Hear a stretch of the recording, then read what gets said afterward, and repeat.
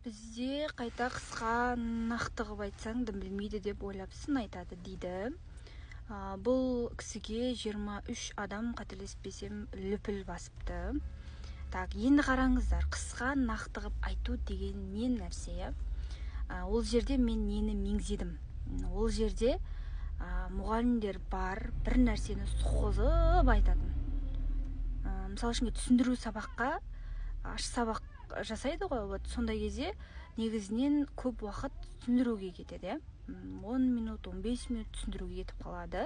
Вот соның өзін андай созып, мыжып айтатын мұғалімдер бар. Вот сондай мұғалімдерге арналған. Егер ондай болмасаңыз, ол дүние сізге қатысы жоқ, бұл айтылған дүние. Енді екіншіден мына нәрсені қарастырайық. Қазір 21 ғасыр, технологияның дамыған заманы.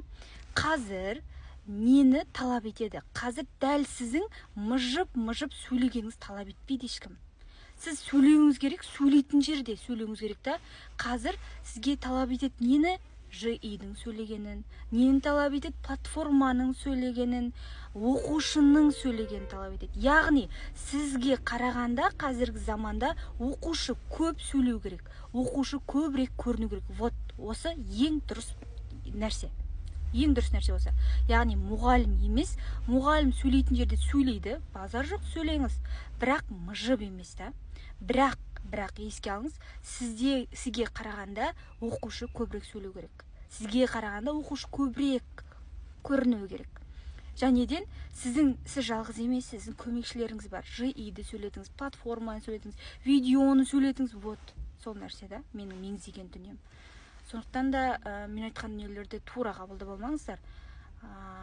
Бірақ нақты дегенім осы дүние еді. Егер жаңа мен айтқандай қылып істеп тұрсаңыз, барлығын жаңағыдай оқушыны көбірек сөйлетіп, өзің сөйлейтін жерлерді нақты былай сөйлейтін жерлерін сөйлеп қойып, көмекші құралдарыңызды іске қосып, оқушыны көбірек көрсетіп, өстіп, егер сіз сабақ өте алсаңыз, сонда да сізге дым білмейді деп айтса, ол адам өзі дым білмейді деген сөз.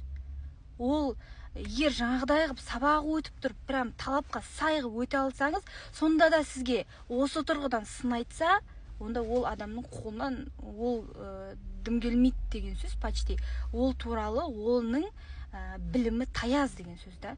Так что жаңағыдай сын айтқанға сырылып қала берудің қажеті жоқ. Өзіңіз уверен болыңыз, главный. Өзіңіз дұрыс істесеңіз, ол талапқа сай етіп.